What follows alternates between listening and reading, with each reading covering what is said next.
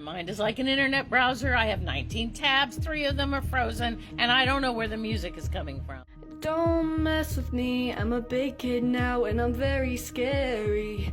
That was a lie, I'm a 5-year-old now, where's my stuffies? Trans boy in the skirt, baby, what you gonna do? Trans boy in the skirt, baby, what you gonna do? Trans boy in the skirt, baby, what you gonna do? You ain't gonna do cause you know it won't hurt. The internet has birthed some incredibly bizarre subcultures, but few things are quite as deeply unsettling as an individual weaponizing vulnerable communities for personal, self-indulgent gain. That is the hidden reality behind Skylar Shears, an internet personality who has built a reputation as one of the most controversial figures you will ever find in the mental health subculture of TikTok. In the virtual community of social media, users can escape reality, hide behind rare psychological conditions, and find a fiercely protective audience. But for a 26-year-old trans creator known as Skylar Shears, operating the account Care Bears Collective, the anonymity of the internet was not just a place for self-expression. It became a tool for systematic manipulation, unverified medical claims, and extreme personal degradation. This is a picture of her profile where they claim to have been diagnosed with the condition in 2023. This is not just a creator who plays around with childish aesthetics. This is someone who used those aesthetics under the disguise of medical alters in order to gain attention and followers. This is the timeline of one of the most unfortunate and toxic figures in the history of TikTok's mental health community.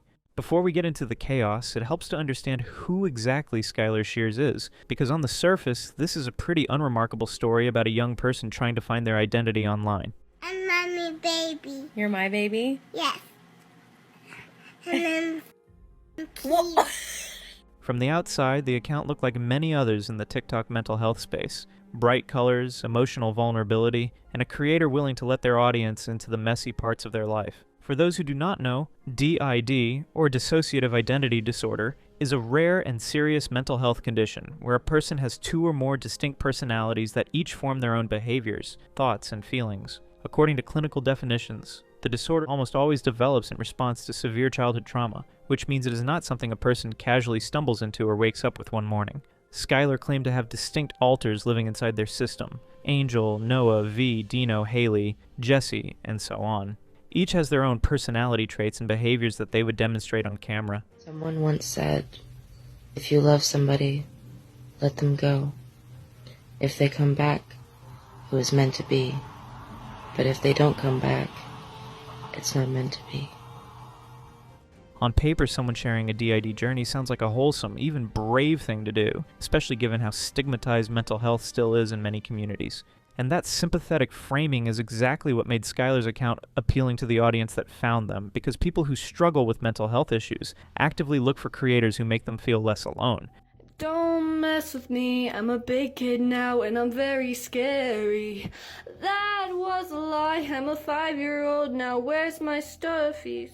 But here's where things started to unravel, because the more you watched Skylar's content, the less it looked like an honest mental health journey, and the more it looked like an elaborate performance built around a very specific and a very concerning set of personal fantasies. And that gap between what Skylar claimed to be doing and what their content actually showed is the entire story here. She posts some personal fetishes and fantasies on her page, claiming it's part of their alters. Skylar did not just casually mention having DID, they built their entire TikTok identity around it, using the condition as the foundation for almost every piece of content they posted. The Care Bears Collective account was styled as a window into what life looks like when multiple personalities share one body, and Skylar leaned into that framing hard. In one of their videos, they had talked about the symptoms of DID and how it manifests in people. They would switch between their alters on camera, each one supposedly taking over their body at different times, and document those moments as proof of their condition. The most frequently featured alter was one called Dino, described as a little, which is a term used in DID communities to describe an alter personality that presents as a child.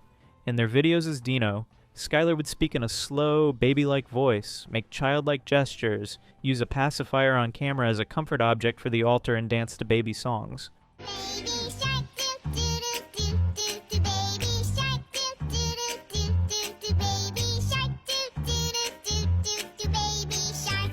Boo!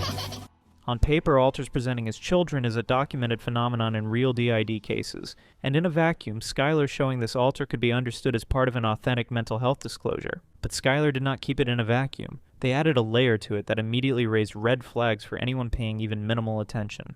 Alongside the Dino persona, Skylar also posted audio content where they spoke in a soft, hushed, almost parental voice to an unnamed little one, saying things like, "Did you have a bad day today? Do you want a stuffy? Just know I love you." Did you have a bad day today? Do you want a stuffy? Which one? Mr. Duck or Sir Rainbow? Sir Rainbow? Here you go. Okay. What about a passy? Do you like a passy? And it did not stop there, because some of those audio clips escalated further with lines like, "Would you lay with Daddy to kiss it better?" and "Daddy, I'm scared, please cuddle with me." These were not ambiguous lines. They were the kind of audio that reads entirely differently depending on who is listening and what they are expecting to hear. The fact that they were available without any content warnings made them especially accessible to younger viewers. For a lot of viewers encountering this content for the first time, that combination of a grown adult faking a child alter, while also producing baby voice audio for an unseen little one, felt deeply off. Skylar's contents have become very cringe with her introducing new alters every passing day, which makes one wonder just how many alters are there, and how do they discover them? Skylar also claims they have an alter whose name she doesn't know yet, and the fact that all of this was being posted freely on TikTok, a platform with a massive population of actual minors, made the discomfort around Skylar's content feel much harder to dismiss. Here's where the plot thickens, because Skylar's content existed right at the crossroads of two very different online communities, and their behavior in both became a serious problem. On one side, there is the DID community, where people share their genuine experiences with the disorder and support each other through it, and on the other side, there is the age regression community, a group of adults who for various personal reasons find comfort in childlike behaviors. Age regression itself is a complex and debated topic, but at its most basic, it refers to adults who engage in childlike activities such as using pacifiers, wearing onesies, or watching cartoons, often as a coping mechanism for stress or trauma. Within the age regression community, there's already significant ongoing debate about the line between regression as a therapeutic or comfort practice and regression that is tied to something more explicitly adult. Skylar straddled both communities without clearly belonging to either one, and members of both groups started calling them out for it. The turning point came when Skylar posted a video addressing the criticism directly, saying, "I am not an age regression account. I participate in the community and have for the last 7 years. If you do not approve of that, then please unfollow me." I am not an age regression account. I participate in the community and have for the last 7 years. If you do not approve of that, then please unfollow me.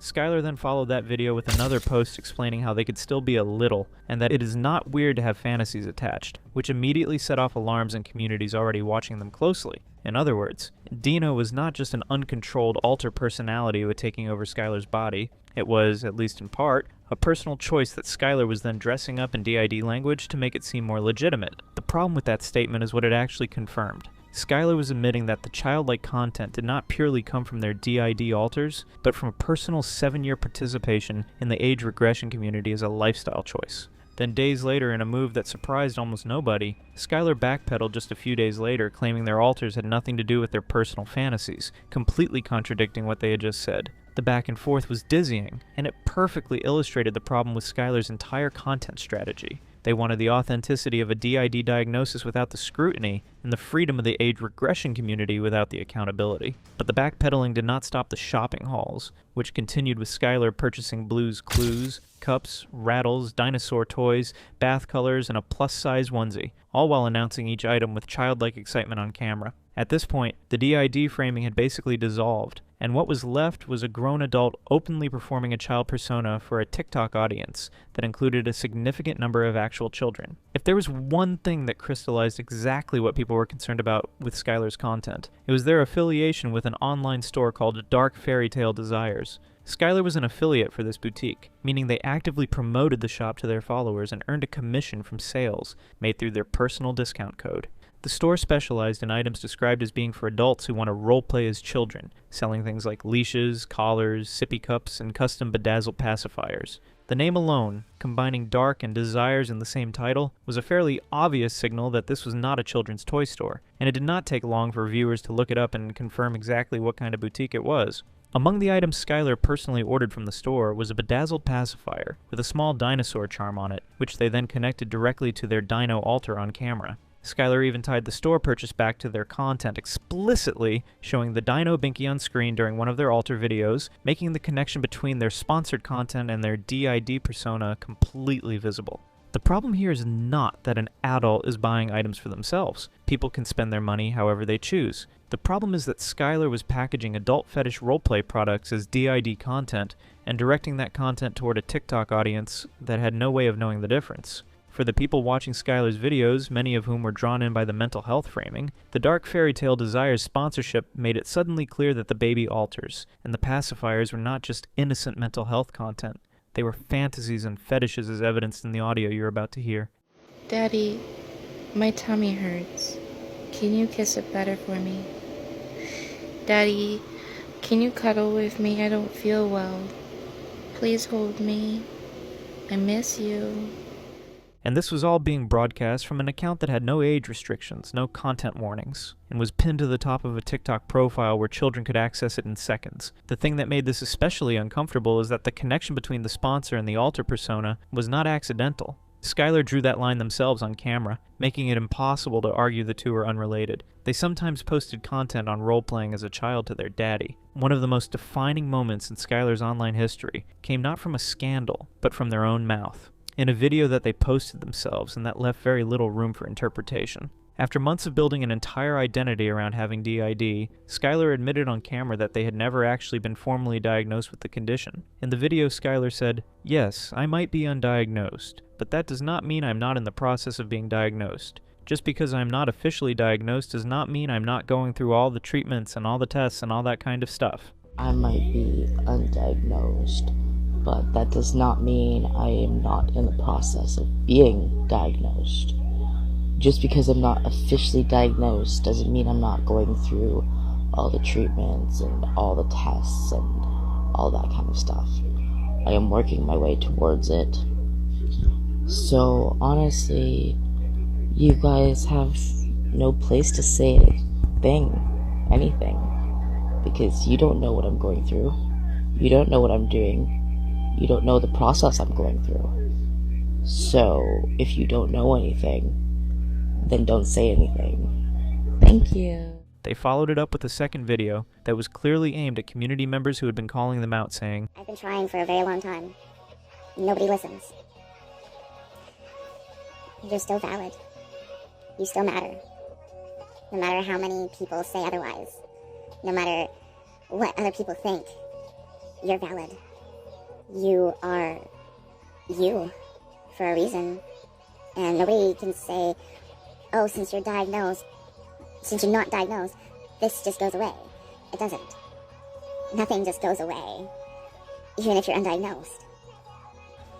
It could take years to be diagnosed, or you might not even get diagnosed. To be fair, navigating a diagnosis for a complex mental health condition can take years, and there are real systemic barriers to getting assessed, including cost, access, and the old-fashioned doctors who dismiss patients. And in isolation, that is a fair point worth making. The mental health system does fail a lot of people, and dismissing every undiagnosed person as a faker would be wrong. But the issue for most people watching was not the diagnosis gap itself. It was that Skylar had been creating a large volume of content presenting themselves as someone actively living with DID, switching alters on camera, and building a whole community identity around it, all without any confirmation that the condition existed. And the timing of the confession mattered too, because it came only after community members had already started loudly pushing back on the DID content, which made it look less like a forthcoming disclosure and more like damage control. Skylar ended the video with a firm, "If you do not know anything, do not say anything," which, as the YouTuber covering the story pointed out, applies just as much to claiming a serious disorder without evidence. So, if you don't know anything, then don't say anything. Thank you. This was the crack in the dam, because once it was out there that Skylar had no diagnosis backing their entire persona, everything else they had done started looking very different and very deliberately constructed. Even setting aside the confession, many people who watched Skylar's DID content closely pointed out that the alter switches themselves were not particularly convincing. Can I talk to Ollie? I am Ollie. And so then, like, who am I talking to? Fangy. But you said you were Ollie. We're all lolly. In a notable clip, Skylar set up a camera and explained they were going to try to trigger a switch to their Dino altar on purpose, placing Baby Shark Adventures on the TV and holding the altar's pacifier as the trigger items. And trying to catch the switch on camera. Just to kind of see what happens, I guess. So I have put on Baby Shark Adventures on Netflix, and I have his passy.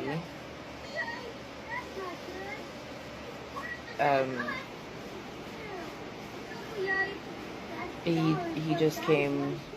What followed was a slow, theatrical transition, where Skylar looked around the room, seemed confused about the camera, and quietly said, "Why am I on camera? I thought I was just watching Baby Shark." Why am I on camera? I thought I was just watching Baby Shark.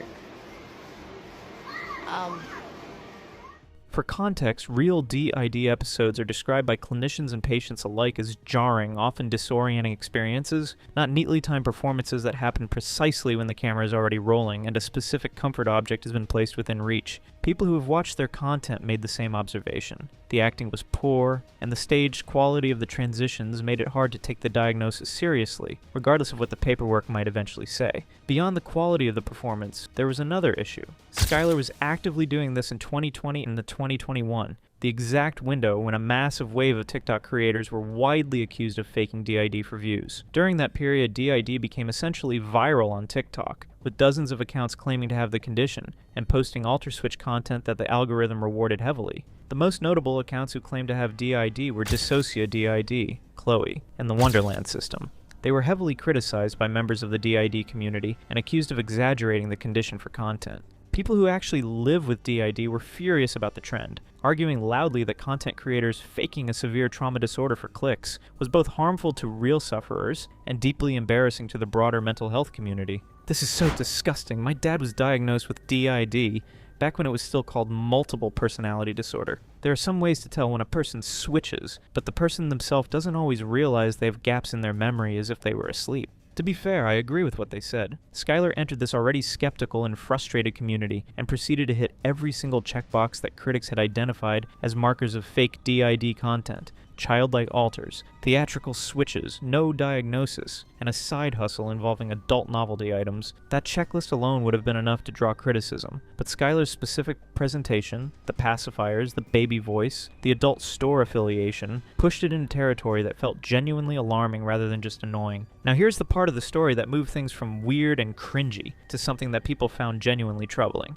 and it came in the form of Skylar's online community spaces. Throughout their time on TikTok, Skylar advertised and hosted multiple Discord servers and group chats, marketing them as safe spaces for other people who identified as systems, meaning people who also claimed to have DID. In one video, Skylar, through her alter angel, said directly, "Just wanted to know who wants to join a system group chat. Drop it in the comments or private message if you want to join a group chat for all systems." Hey everyone, Angel here. Just wanted to know who wants to join a system group chat. Drop it in the comments or private message if you want to join a group chat for all systems. Bye guys. The issue is the age floor Skylar set for these spaces, because in many of them the minimum age to join was set as low as 13 years old, and in some cases there was no age verification at all. For anyone paying attention to the rest of Skylar's content, the combination of an adult who produces baby fetish sponsored content, fakes a child alter persona, and then creates online spaces with minimal age barriers for minors should have been alarming. Evidence from the videos themselves showed that children were in fact commenting on and engaging with Skylar's content, with at least one user visible in a clip whose stated age indicated they were a minor at the time the video was recorded. Skylar advertised these group spaces in roughly 20 to 30 different posts across their TikTok page, with at least one kept pinned to the top of their profile for easy access. Hosting online spaces with low age minimums is not inherently illegal, but when the host of those spaces is an adult who produces content blending childlike aesthetics with adult themes, and does so under a fake mental health diagnosis, The decision to allow minors into those spaces is at minimum deeply irresponsible. This is important to say clearly. The documented concern here is not an allegation of criminal behavior. It is the observable fact that Skyler, a creator already under scrutiny for blurring the line between childlike aesthetics and adult content, was actively inviting minors into their personal online spaces because of the low age restrictions. And from a responsibility standpoint, that decision lands entirely on Skyler, because they were the adult, they were the creator, and they built those spaces knowing exactly what their content was. This was the moment the criticism around Skyler stopped being about bad acting or cringy content and started becoming a real conversation about the kind of environment they were creating for young, vulnerable people. While all of this was playing out online, Skyler was working a day job at Walmart, employed as a people greeter and a cleaner, and bringing that world directly into their content in ways that, at this point in the story, probably should not surprise anyone. Skyler posted a video from what appeared to be during or shortly after a shift, explaining what it was like to work at Walmart as a system, meaning as someone with multiple personalities living in one body. On that particular day, the item brought home was a Blue's Clues Big Boy straw cup purchased because the Dino Alter reportedly wanted it for $14. Working 2 jobs within Walmart. We work as a people greeter and a cleaner in Walmart. So, we're in the store all around, every time, every day. So, having littles within the system, every time we go past any of the toy section or anything that has any stuff, I guess, they're just like, ooh, look at that, what's that? So, we come home with at least 1 to 2 items.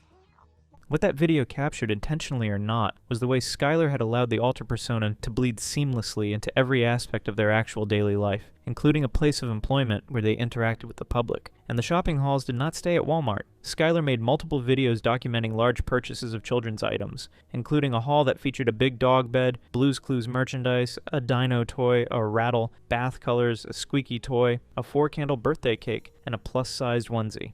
On its own, an adult buying novelty items is not a story, but at this point in Skyler's timeline, these hauls were happening on a public platform where the DID framing was already in question, the Dark Fairy Tale Desires affiliation was already known, and the Discord servers were already open to minors. The shopping content did not read as charming or eccentric. It read as one more piece of a pattern that was becoming harder and harder to explain away with any single innocent interpretation. There's a specific kind of cognitive dissonance that comes with watching someone insist their baby alter is a legitimate medical experience, while simultaneously posting a shopping haul of dinosaur rattles and children's party cake candles purchased during a Walmart shift. The DID community and the broader TikTok mental health space had been watching Skyler's content for a while, before they decided to collectively and loudly push back, but when they did, the reaction was severe. Multiple people who had watched Skyler's content came forward describing it as cringy, creepy, and predatory, with some going as far as saying, Skyler should never have been given a platform in the first place. The problem with the internet is it gives everyone a voice and a platform to showcase their lives, but not everyone should have one. This is one such person.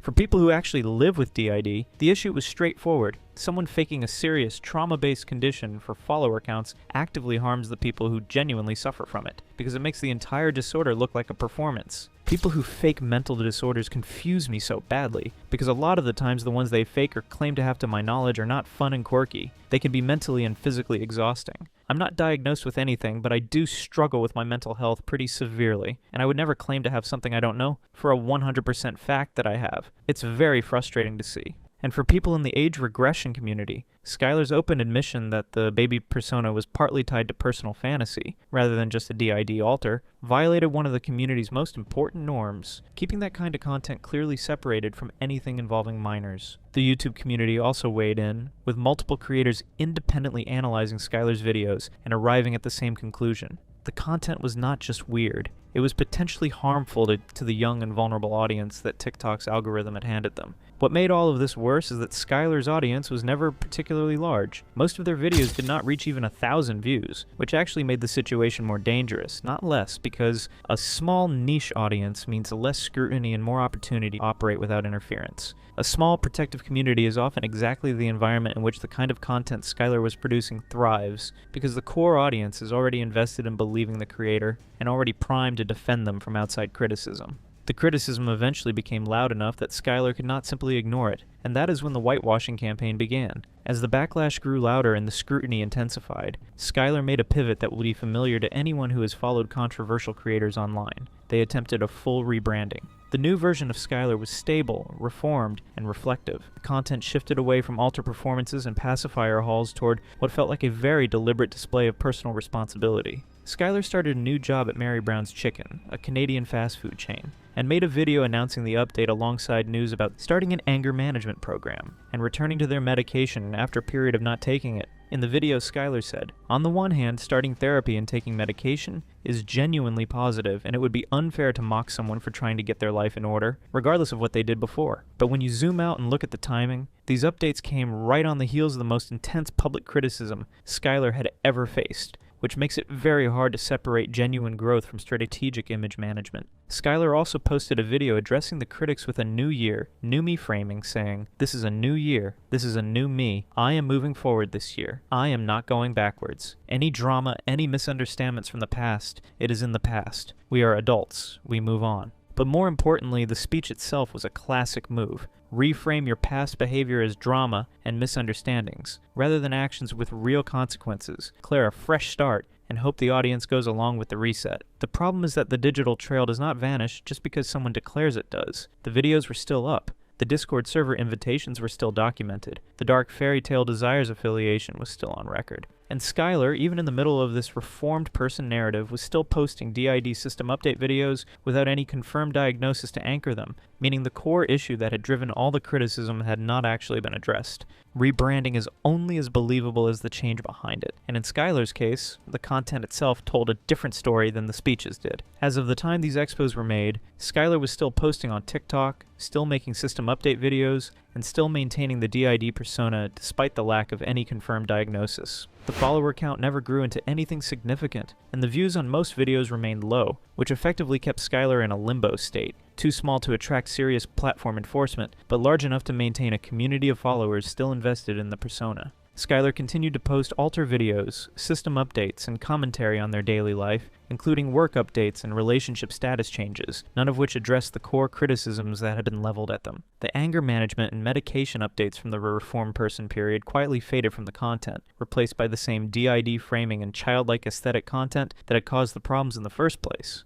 And perhaps the most telling detail of where Skyler ended up is that even after multiple public exposés, after community pushback from both the DID and age regression communities, after all the documented evidence was compiled and circulated, the Care Bears Collective account just kept going. That staying power is not a testament to Skyler's authenticity or resilience. It is a testament to how hard it is to hold a creator accountable on a platform that never had the appetite to intervene. The most honest summary of where Skyler ended up is this: they are still performing. The audience is just smaller now, and the people still watching are mostly there to see what happens next. And that is the final note on the Skylar Shears story. Not that someone got exposed and faced consequences, but that after all of it, very little actually changed.